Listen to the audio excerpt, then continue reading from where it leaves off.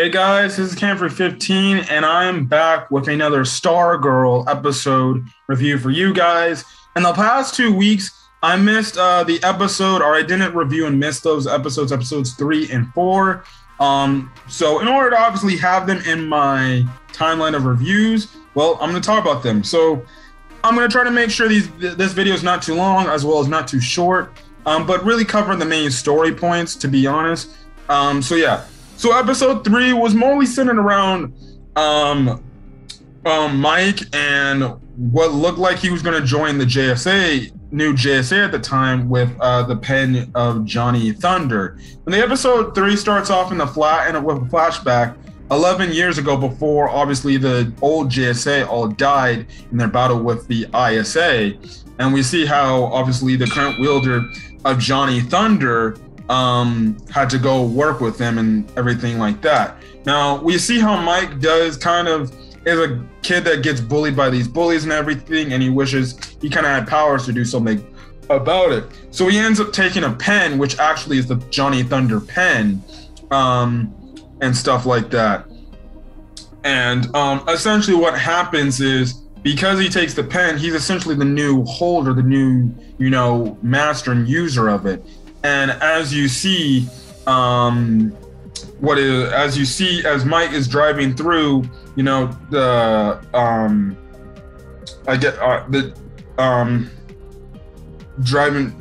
or riding his bike through the thing, doing his job, he sees obviously the catchphrase on everything of the whole thing called "so cool."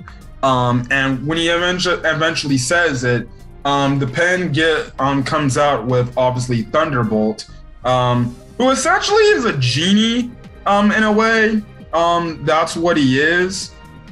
He's a genie, really, and he tells Mike, yeah, anything you tell me to do, I can ask and receive. So, if you wanted ice cream, I could give you ice cream.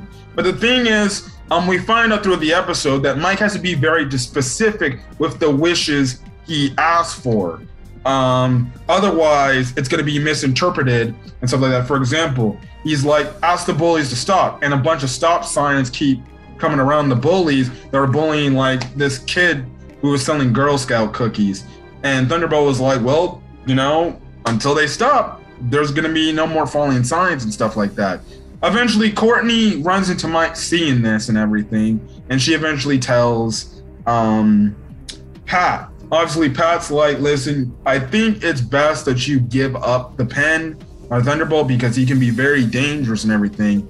But, Mike's like, listen, this can be my one chance to bring something to the new JSA.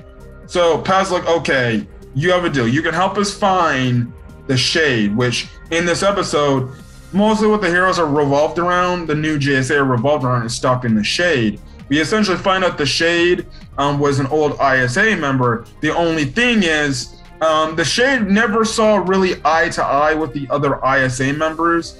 And we even see later in this episode, it seems like the Shade honestly isn't really a bad guy. He seems like he could be on the side of good, to where he just doesn't want, obviously, the new JSA members, which are kids, to die. And stuff like that. So that was the whole thing there.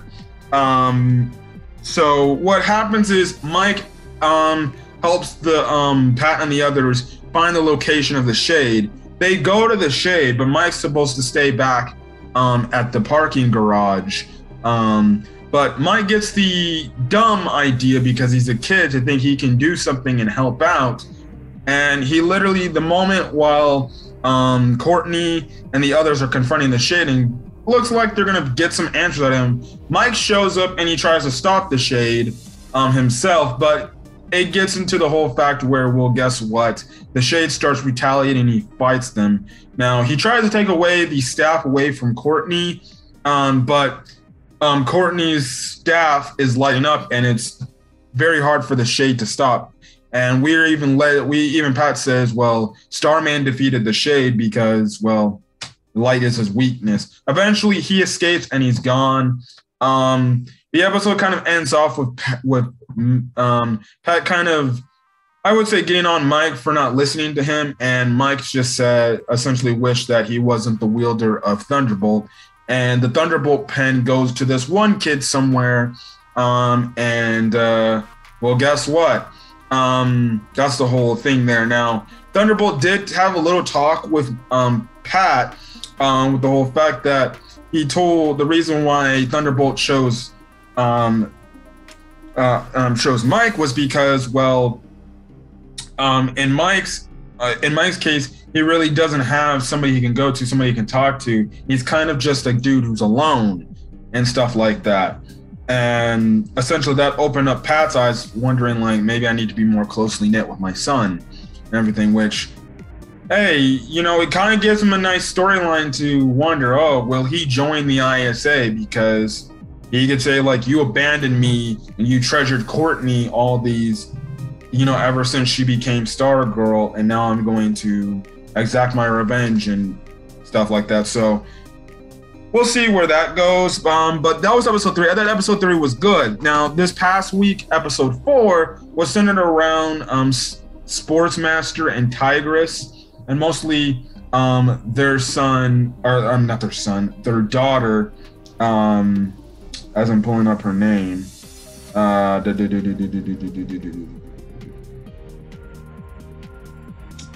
Artemis. So essentially the whole thing about this episode is essentially we see Artemis kind of struggling in her sports because her parents aren't there, and she doesn't understand them and everything. Also, what I forgot to mention in episode 3 is the fact that well, the Shade was looking for a box, and and when he got this box in this one safe in the old mayor's safe house, there was supposed to be a dark gem in there. It isn't. And essentially that's the dark gem is what's in well, we see the dark gem obviously is in what's her name's possession. Trying to find, I'm sorry, but you know,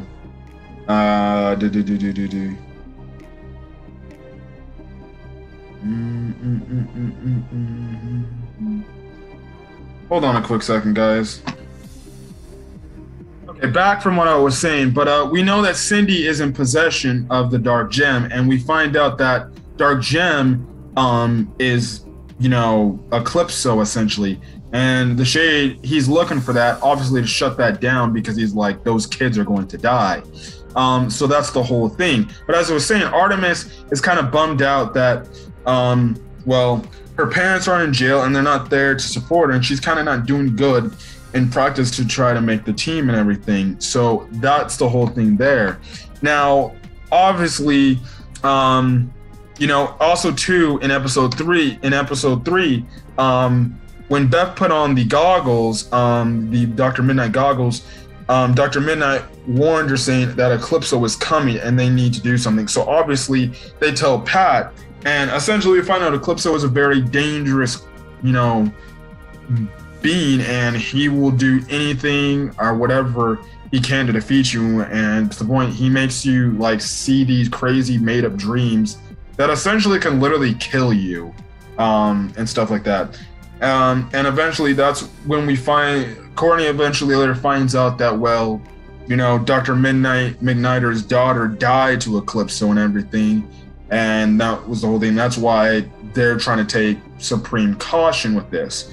Now, the whole thing is this. Mike, on his little bike run, essentially runs into Sportsmaster and Tigress, and essentially they call over Pat. So Pat goes in there, and Sportsmaster and Tigress, who escaped prison, essentially said, listen, we just want to see our daughter, you know, practice. Listen, you do us a favor. You keep us under wraps, and we, you know, and you don't rat us out. And guess what? We won't hurt anybody and stuff like that. Take us to, obviously, the school to see our daughter practice. And then guess what? We'll go back to prison to make things better.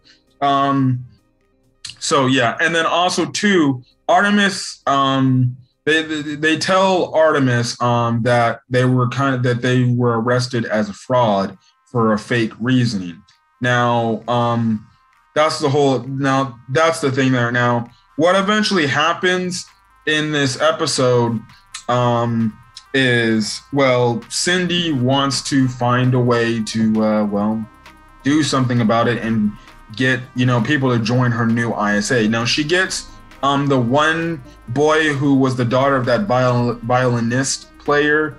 I forgot what her name was. But gets that one kid.